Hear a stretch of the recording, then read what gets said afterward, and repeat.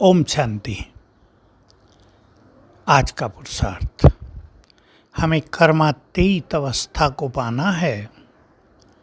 और ये शब्द दुनिया वाले तो नहीं समझते। कर्मातीत अवस्था अर्थात जब बुरे कर्मों को समाप्त करके हम उनके प्रभाव से पूरी तरह मुक्त हो जाते हैं, जिसको मुक्त अवस्था भी कहते हैं। ये कर्मातीत अवस्था है और इसकी पहचान होगी कि हमारी कर्मेंद्रियां शीतल हो जाएंगी, निर्विकारी हो जाएंगी, सुगंधित हो जाएंगी, क्योंकि कर्मेंद्रियों में विकारों की बदबू है। तो हम लक्ष्य बनाएं कि हमें आत्मिक स्वरूप का बहुत ज़्यादा अभ्यास करना है। इससे योग भी सहज होगा, कर्मेंद्रियां भी शीतल होंगी, क्योंकि हमें ये अभ्यास करना है मैं आत्मा अलग हूँ, ये शरीर मुझसे अलग है। इससे बॉडी से डिटैच होने के कारण, बार बार डिटैच होते हुए हमारी कर्मेंद्रियां पूरी तरह शीतल हो जाएंगी। तो हम सभी इस पे बहुत ध्यान देंगे। दूसरा अभ्यास, मैं आत्मा, अपने स्वरूप को देखना है बहुत अच्छी तरह। मैं आत्मा मास्टर सर्वशक्तिवान हूँ और स्वराज्य अधिकारी हूँ। ध्यान देंगे इन दो स्वमानों पर। इनका बहुत अच्छा अभ्यास हमें करना है। बाबा के शब्द हैं, जब तक कोई व्यक्ति सीट पर बैठा है तब तक ही उसका ऑर्डर माना जाता है ना। सीट पे ना हो तो चाहे वो प्राइम मिनिस्टर ही रहा, उसका ऑर्डर कोई क्यों मानेगा।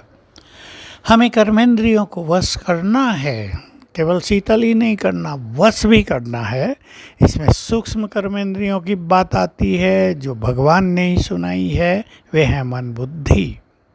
और स्थूल कर्मेंद्रियाँ सब जिनके द्वारा हम कार्य करते हैं, भोग इंद्री भी, जिसको हमें निर्विकारी बनाना है, शीतल करना है, उसको पूरी तरह वश में ले आना है। तो ये दो स्वमान, मैं मास्टर सर्वशक्तिवान और स्वराज्य अधिकारी हूँ। मास्टर सर्वशक्तिवान के अभ्यास से हमारी शक्तियाँ जागृत हो जाएंगी, अर्थात हम शक्तिशाली बन जाएंगे।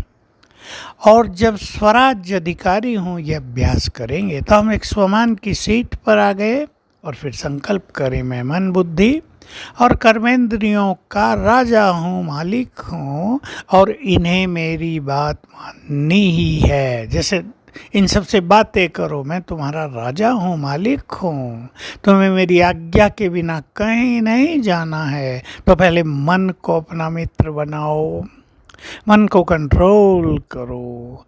कहीं कहीं वो दौड़ता है, उसकी दौड़ भाग को चेक करो, वो कहाँ कहाँ जा रहा है, उसको वापस लाओ। तो एक हफ्ता भी इस पे ध्यान दिया जाए तो मन कहाँ भागता है ये भी समझ में आएगा, और ज्ञान के द्वारा उसको हम वापस लाएंगे, शांत करेंगे, अच्छे थॉट्स देंगे।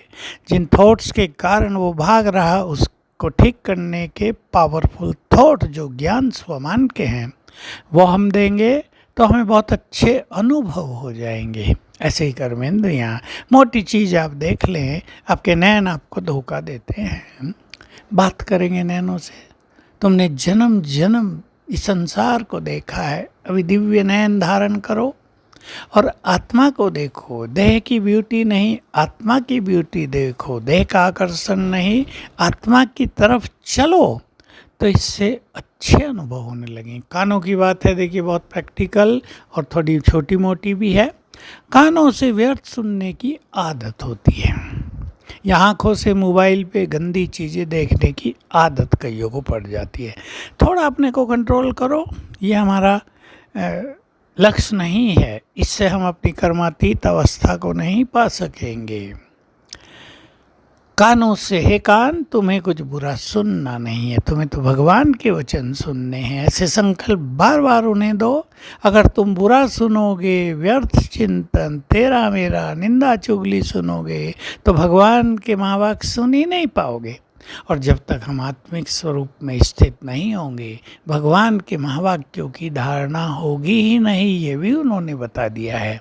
इसलिए आइए हम सभी महान बने, भगवान पढ़ाने आ गया है, वो हमें राजाई देने आ गया है। सामने बैठकर कहते हैं मेरे से जो चाहे ले लो, तो क्यों ना हम उससे सर्वस्व प्राप्ति करें। ये कर्मेंद्रियों के रस तो जन्म जन्म चलेंगे, इनसे हमें कुछ मिलने वाला नहीं है। ओम शांति।